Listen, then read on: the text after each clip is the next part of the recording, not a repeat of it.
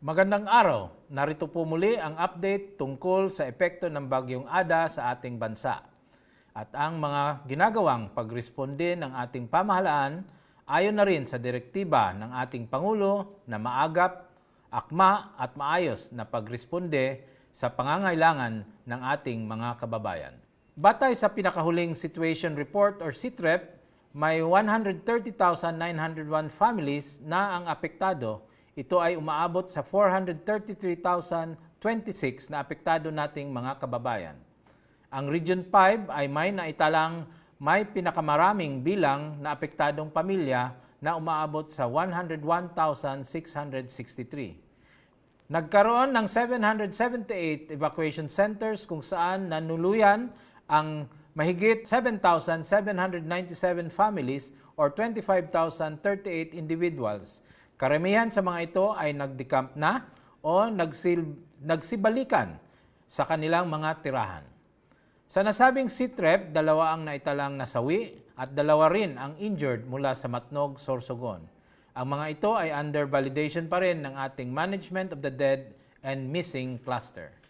Umabot sa 82 seaports ang naging non-operational, bagamat halos lahat ay bumalik na ang mga biyahe matapos ideklara ng Pag-asa na wala ng tropical cyclone wind signals. Habang 12,395 passengers naman o 3,684 rolling cargos, 18 vessels at 7 motor bangkas ang naging stranded sa Calabarzon, Region 5, 7, 8 at Caraga noong kasagsagan ng bagyo. Samantala, 33 road sections at isang tulay ang naitalang not passable sa Region 5 at Region 8, bagamat halos lahat na ito ay passable na sa ngayon. Samantala, nag-iwan namang pinsala ang Bagyong Ada sa ilang kababayan natin sa Region 5 at Caraga. 41 ay partially damaged houses sa Region 5 at isa naman sa Caraga, habang may 2 totally damaged houses sa Region 5. Sa pinsalang naiwan ng Bagyong Ada, tuloy-tuloy pa rin ang ipinapadalang tulong ng ating pamahalaan para sa mga lugar at kababayan nating apektado. Ang maagap, akma at maayos na pagresponde ay batay na rin sa direktiba ni Pangulong Ferdinand Marcos Jr. at ang ating NDRRMC Chairperson Gilberto Teodoro Jr. at kay Civil Defense Administrator Yusek Harold Cabreros. Patuloy po ang pakikipag-ugnayan ng OCD sa mga PDRIMOs, LGUs at sa ating response clusters upang mamonitor ang kalagayan ng ating mga kababayan na apektado ng Bagyong Ada.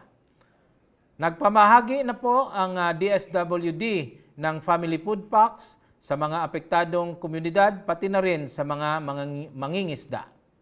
Sa kasulukuyang datos, umabot na po sa 6.6 million ang halaga ng tulong na naipaabot sa mga apektado ng bagyo. Batay sa Coast Guard, sa ating Philippine Coast Guard, wala nang naiulat na pasaherong stranded sa mga pantalan ngayon. Fully restored na rin ang mga linya ng kuryente sa Regions 5 and 8. Nagsagawa na rin ng clearing operations sa mga apektadong lugar sa pangunguna ng DPWH, PDRIMOs at mga membro ng Debris Clearing and Civil Works Cluster.